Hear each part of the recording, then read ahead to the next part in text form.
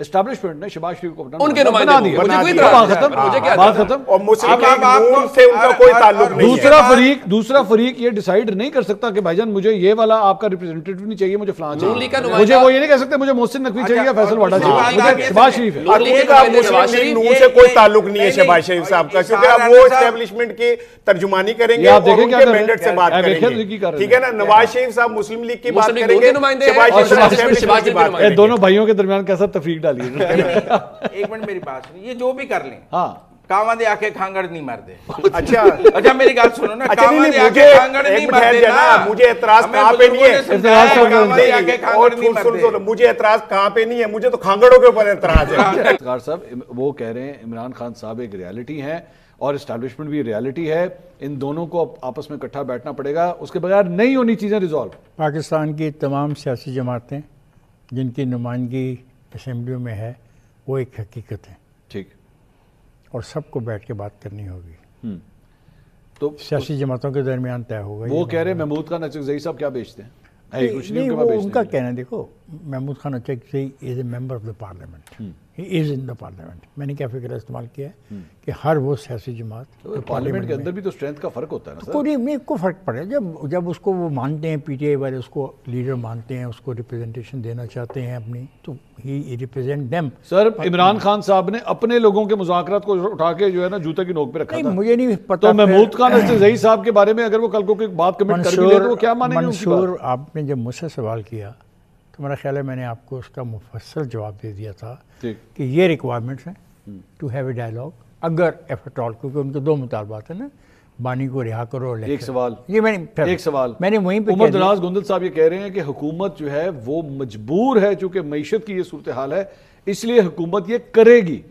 آپ کے خیال میں حکومت کے اوپر واقعی اتنی بڑی مجبوری ہے کہ وہ یہ کہیں گے ہاں جی ٹھیک ہے بیٹھ کے کریں، مذاکرات بہت ضروری ہے، یا وہ یہ جس طرح اسار صاحب کہہ رہے تھے انہوں نے کرنا کچھ نہیں ہے، ٹائم ضائع کر رہے ہیں، یہ صرف اپنا وقت لے رہے ہیں، ٹائم لے رہے ہیں بس؟ دیکھیں بات یہ ہے، سب لوگ کہتے ہیں کہ مطالبات ہیں ان کو بات کرنی چاہیے، تو پرنسپلی یہ بات بالکل ٹھیک ہے۔ باقی رہا پاکستان، جو لوگ 8 فروری کی بات کرتے ہیں، کیا پاکستان کی پارلیمنٹ چل رہی ہے نہیں چل رہی؟ چل رہی پاکستان میں پاکستان میں عدالتیں چل رہی ہیں، پاکستان کا سسٹم چل رہا ہے، پاکستان کے اندر جو ادارے ہیں وہ اپنا رول پلے کر رہے ہیں یا نہیں کر رہے؟ کیا ان میں کوئی ڈیڈ لاک آ گیا ہے؟ کوئی ایسی سچویشن پیدا ہو گئی ہے کہ سول وار ہو رہی ہے اس ملک کے اندر؟ حالانکہ کوشش بہت کی جا رہی ہے کہ 2 صوبوں کے اندر ایسی صورتحال پیدا کر دی جائے کہ سول وار کی طرف جائے، اور ابھی غالباً کل ایک دوست آ رہا ہے لاہور میں اور اس نے دعوت دی ہے سب صحافیوں کو ملنے کی، پرسوں کی دعوت دی، تو آ رہا ہے میں کل یا پرسوں آ رہا ہے، ڈیبیٹیبل پوائنٹ نہیں ہے۔ آپ کو بھی دعوت آ گئی؟ ڈیبیٹیبل پوائنٹ نہیں ہے، میں اس لیے پوچھ رہا ہوں اگر آپ کو دعوت آ گئی تو پھر اس کا مطلب ہے اچھی ڈسکشن۔ ڈیبیٹیبل پوائنٹ نہیں ہے۔ سوال یہ پیدا ہوتا ہے کہ اگر آپ سول وار چاہتے ہیں جس کے لیے پوری کوشش کی جا رہی ہے تو اس کے نتائج تو کچھ نہیں نکلیں گے۔ باقی رہا ایک ورکنگ ڈیموکریسی اس وقت ملک میں ہے، کچھ لوگوں کو پسند نہیں ہے اور ہمیشہ ہی ایسا ہوتا ہے، کچھ لوگوں کو پسند ہوتی ہے اور کچھ لوگوں کو پسند نہیں ہوتی۔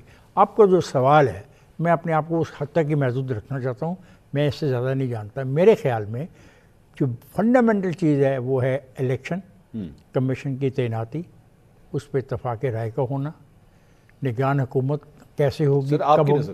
ہاں تو یہ سر جو فریق وہاں پہ بیٹھے ہوئے ہیں وہ کیا کہتے ہیں؟ ہاں وہ یہ کہہ رہے ہیں کہ ہمارا جو مطالبہ ہے وہ ہے عمران خان کی رہائی، وہ ہے ہمارے مینڈیٹ کی واپسی، وہ ہے ارلی الیکشن۔ دنیا میں کہیں بھی دنیا میں جہاں یہ ساری چیزیں وہ کہہ رہے ہیں سیکنڈری۔ ایک سیکنڈ منصور، آپ ایک پڑھے لکھے آدمی ہو، دنیا میں کہیں پہ مینڈیٹ واپس کیا گیا؟ کرنا چاہیے نا۔ کیا گیا والی کہانی نہیں، کیا گیا، اگر کیا گیا تو مجھے اس ملک کا نام بتا دو۔ ٹھیک، ایک بات، مینڈیٹ کا فیصلہ پھر الیکشن میں ہی ہوگا نا، تو الیکشن کے لیے جو ریکوائرمنٹ ہے وہ تو پوری کرنی پڑے گی۔ پہلے حکومت اس بارے میں آئے تو صحیح، اس طرف آئے تو صحیح، یہ تو بعد میں سر چیزیں نا۔ پہلے دیکھیں، پہلے میں اور آپ سے ڈن، نہیں پہلے میں اور آپ ڈن کریں گے۔ دیکھیں آج ہے 25 دسمبر، پہلے میں اور آپ ڈن کریں گے جی میں اور افتخار صاحب 1 جنوری کو فلاں جگہ پہ ملیں گے، ٹھیک ہے؟ یہ ڈسکشن بعد میں آئے گی کہ آپ نے گاڑی پہ جانا ہے تو میں نے موٹر سائیکل پہ جانا ہے۔ میں اس بات کا حامی ہوں کہ ڈائلاگ ہونا چاہیے، اور میرے نزدیک ڈائلاگ میں امپورٹنٹ جو چیزیں ہیں وہ یہ ہیں، وہ میں نے آپ سے کر دی ہیں. اور باقی یہ کہنا ملک نہیں چل رہا، اکانومی نہیں چل رہی، آئی ڈس ایگری ٹوٹلی. اچھا، اکانومی بہت اچھی چل رہی ہے. بالکل. اچھا، جو لوگ دھکا مار کے آپ کو سری لنکا بنانا چاہ رہے تھے وہ ناکام ہو گئے. اچھا، اور بالکل ایک سسٹم چل رہا ہے، اس سسٹم سے اختلاف ہو سکتا ہے. ہر جگہ پہ سسٹم میں اختلاف ہوتا ہے. آپ کے گھر میں اپنے سسٹم سے اختلاف ہوتا ہے. تو اس سے ورکنگ ڈیموکریسی چل رہی ہے. نہیں کچھ لوگوں کو پھر حکومت نہیں لوگوں کو پسند، چلیں ان کی مرضی ہے. اور اس کے لیے بھی رستے ہیں، اس کے لیے بھی آئینی رستے ہیں. کیونکہ فارم 47 والے چلے گئے ہوئے ہیں نا ٹریبونلس کے اندر. دیکھ لیتے ہیں جو نتائج آ رہے ہیں وہ بھی آپ کے سامنے. اب دیکھیں اگر آپ انارکی چاہتے ہیں تو اس پہ میں پارٹی نہیں بننے. اسحاق صاحب اس سارے معاملے کے اندر میں دوبارہ اسی وجہ کے اوپر آ رہا ہوں جو یہ فرما رہے ہیں. عمر کا کہنا تھا کہ معیشت ایک ڈرائیونگ فورس ہے جو حکومت کو مجبور کرے گی کہ وہ ٹیبل پہ آ کے بیٹھیں. یہ کہتے ہیں نہیں، معیشت کوئی ایسا چکر نہیں ہے کہ وہ اس کو فورس. میں یہ کہہ رہا ہوں کہ معاملات چل رہے ہیں، حکومتیں چل رہی ہیں، سینٹ چل رہی ہے، اسمبلیاں چل رہی ہیں، ادارے چل رہے ہیں. ایس سچ کوئی ایشو نہیں ہے کہ جس کی بنا کے اوپر کولیپس ہو گیا. جی دیکھیں، میں نا کبھی باہر نکل کے نا افتخار صاحب کی گاڑی کروں گا چوری. جب یہ مجھ سے لینے آئیں گے تو میں اسٹارٹ کر کے کہوں گا دیکھ لو گاڑی چل رہی ہے، ٹھیک ہے نا، تسی ساڈے تو واپس نہ لو. ٹھیک ہے. یہ تو ایسے ہی ہے جیسے کوئی بندہ کسی کے گھر میں قبضہ کر لے اور مڑ کے وہ بندہ کہے جی گھر کو دیکھو جی لائٹیں بھی جل رہی ہیں، پنکھے بھی چل رہے ہیں، بوتلیں، ہم کھانا بھی کھا رہے ہیں، تو آپ کیوں واپس لینے آ رہے ہو؟ گھر تو چل رہا ہے پورا. بات تو یہ ہے کہ گھر چل کیسے رہا ہے، اور دوسری بات چلا کون رہا ہے اور کس طرح چلایا جا رہا ہے، اور جو اصل مالک مکان ہے اسے باہر کھڑا کر دیا آپ نے گلی کے اندر. دوسری بات یہ لیکن منصور صاحب، میں یہ بات 10,000 دفعہ کہہ چکا ہوں کہ میرا تعلق براہ راست بہت عام نچلے طبقے سے، میں مڈل کلاس بھی نہیں ہوں، میں لوور مڈل کلاس ہوں. میں اپنی آنکھوں کے سامنے خدا کو گواہ کر کے کہتا ہوں لوگوں کو روٹی کے لیے مرتے ہوئے دیکھتا ہوں، بچوں کو اسکولوں سے اٹھتے ہوئے دیکھ رہا ہوں، دوائیوں کی وجہ سے ایڑیاں رگڑتے ہوئے لوگوں کو مرتے ہوئے دیکھ رہا ہوں میں. آپ کہہ رہے اکانومی چل رہی ہے؟ کیڑی اکانومی چل رہی ہے جس میں غریب آدمی جو ہے بھوکا مر رہا ہے، اس بجلی کے بلوں پہ خودکشیاں کر رہے ہیں، بچیاں گھر میں بیٹھی ہیں، ان کے گھروں میں سفیدی آ گئی جہیز نہ ہونے کی وجہ سے. آپ کہتے ہیں اکانومی چل رہی ہے؟ کیڑی اکانومی چل رہی ہے؟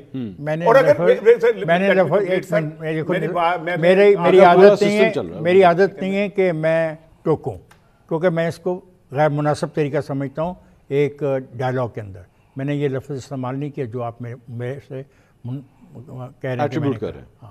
میں نے یہ نہیں کہا. چلیں میں آپ کی بات، وہ کہہ رہے ہیں سسٹم چل رہا ہے. سسٹم چل رہا ہے. سسٹم کیا ہوتا ہے؟ وہ کہہ رہے ہیں پارلیمنٹ بھی چل رہی ہے، عدلیہ بھی چل رہی ہے. میری نظر میں یہ کہہ رہے ہیں جس گھر میں غریب کا چولہا نہیں جل رہا، ٹھیک ہے، یہ جذباتی گفتگو مرضی کریں.